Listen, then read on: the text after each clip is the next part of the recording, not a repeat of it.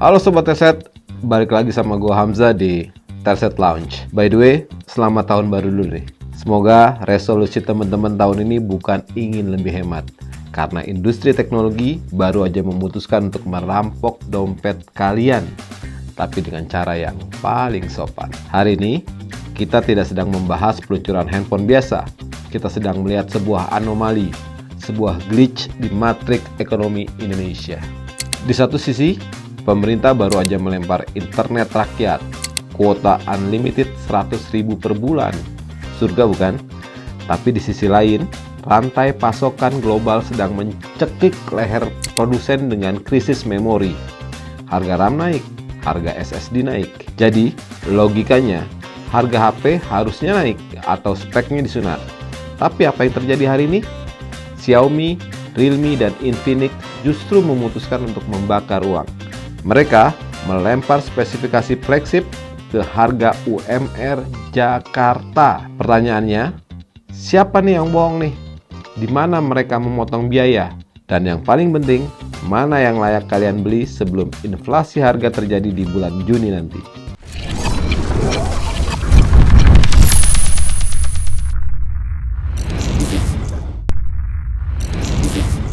Oke, kita mulai dengan sang mantan raja pasar yang sedang mencoba merebut tahtanya kembali. Ya, Xiaomi melalui Redmi Note 15 Pro Plus yang rencananya akan dirilis pada 15 Januari ini. Di atas kertas, makhluk ini mengerikan.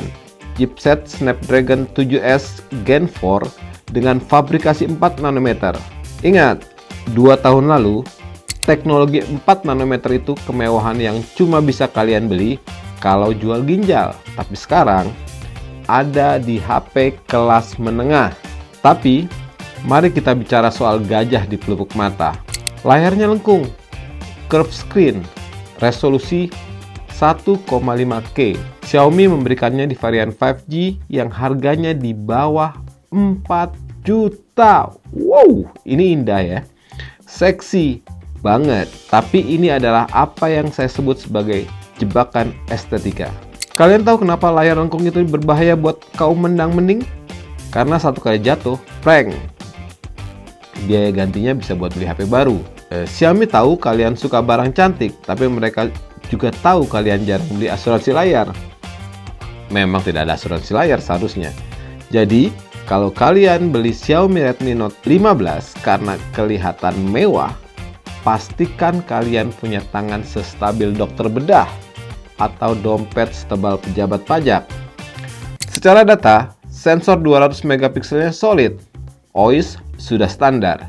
Tapi ingat, megapiksel hanyalah angka marketing, image signal prosesornya bodoh. Untungnya, Snapdragon 7S Gen 4 punya NPU yang cukup pintar buat ngakalin foto burik menjadi Instagramable. Selanjutnya, Realme. Kalau Xiaomi jualan kecantikan, Realme jualan ketahanan hidup. Mungkin teman-teman masih ingat beberapa waktu lalu ketika mereka memecahkan rekor muri karena ketahanannya. Di seri 16 Pro, Realme membawa baterai 7000 mAh lagi. Dulu, HP 7000 mAh ini bentuknya kayak batu bata, tebel, berat, bisa buat nipuk maling.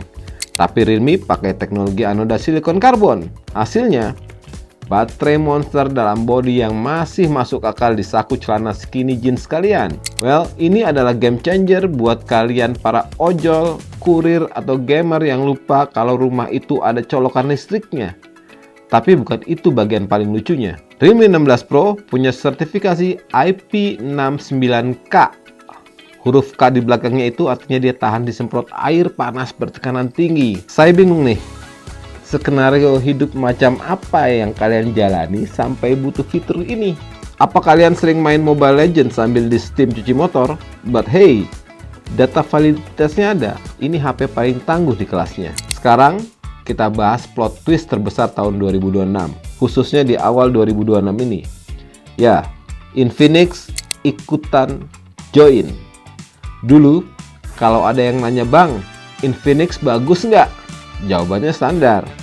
Bagus buat setrika baju karena cepat panas. Tapi tahun ini, Infinix Note 60 Pro tobat. Mereka pakai Snapdragon 7S Gen 4, sama chipnya dengan Redmi Note 15 Pro Plus, tapi dengan harga yang diprediksi lebih murah. Dan desainnya kolaborasi bareng Pininfarina. Ya, Anda betul, desainer Ferrari. Bayangkan, mesin Honda Jazz, tapi bodinya Ferrari, harganya Avanza. Ya, Infinix sedang mencoba naik kelas dan data benchmark awal menunjukkan mereka tidak main-main. Ini ancaman serius buat Xiaomi. Lalu, ada Samsung Galaxy A57, sang petahana, sang zona nyaman. Kalau merek lain lari sprint 100 meter nih, Samsung lagi jalan santai di taman. Baterainya masih 5000 mAh, layar masih flat standar, kamera 50 megapiksel. Di atas kertas, Samsung kalah telak, habis rata tanah. Tapi, ada tapinya nih. Samsung punya satu kartu as yang belum bisa dilawan merek China. Pertama, janji setia 6 tahun update OS. Di saat Redmi dan Infinix mungkin sudah jadi ganjilan pintu nih 3 tahun lagi, Galaxy A57 masih akan dapat update keamanan di tahun 2031. Akhirnya nih, mereka kasih charging 45 watt. Bukan angka yang istimewa di industri sekarang, tapi istimewa bagi Samsung. Jadi, kalau kalian tipe orang yang beli HP buat dipakai sampai jebol, Samsung masih jadi pilihan yang rasional. Membosankan, tapi rasional. Jadi, apa kesimpulannya nih dari riset yang kami lakukan selama 24 jam nonstop ini? Pertama, untuk visual dan sosmed, ambil Redmi Note 15 Pro Plus. Layarnya 1,5K, itu memanjakan mata. Asal kalian siap beli tempered glass mahal dan asuransi. Kedua, untuk gamer dan pekerja lapangan, Realme 16 Pro adalah raja baru. Baterai 7000 mAh-nya dan IP69K itu bukan gimmick, itu kebutuhan hidup bagi yang suka steam motor sambil main HP.